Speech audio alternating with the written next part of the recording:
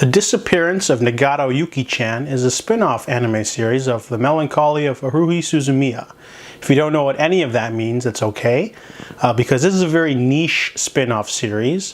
When you think of spin-off, you think of like Joey or Frasier or Private Practice, in which you could easily watch the spin-off show without needing to watch the show that came before it in order to get certain jokes or certain references.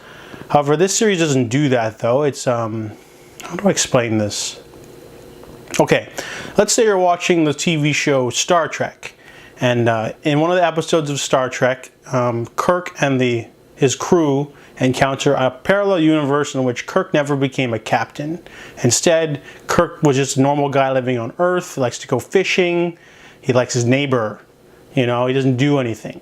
Now, if they decide to make an entire season of television based off that parallel universe, that would be the plot of The Disappearance of Nagato Yuki-chan, because the series that this is based off is like a wacky comedy about a teenage girl named Haruhi Suzumiya, and she has the powers of God, but she doesn't know it. So whenever she thinks about something, it could happen. So there's an alien, an esper, and a time traveler, as well as an ordinary teenage boy that have to keep her in check, sort of. And one of the characters, the Yuki Nagato, the alien, she has her own story when she steals some of Haruhi's power and she makes an alternate universe in which everything's normal. So that would be the plot of the movie The Disappearance of Haruhi Suzumiya. Stay with me.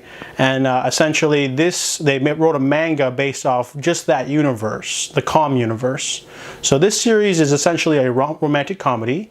Instead of being a stoic alien, Yuki Nagato is a shy video game foodie.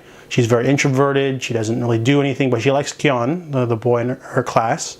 So she spends the entire series trying to work the courage up to tell her how she feels. And a lot of people might not dig that because The Melancholy of Haruhi Suzumiya is like a really high concept, over-the-top science fiction, comedy, fantasy. And this is like a rom-com.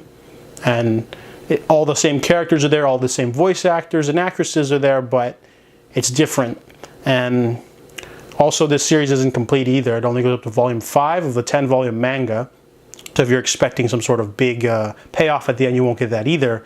So that makes The Disappearance of Yuki Nagato, or Nagato Yuki-chan, a very niche series. It's not something that any even casual anime viewer would be able to get into, because it sort of prerequisites that you watch an entire season at least and a movie before getting into this. So I definitely wouldn't recommend it simply for that fact. There's a lot of jokes and references that you won't understand.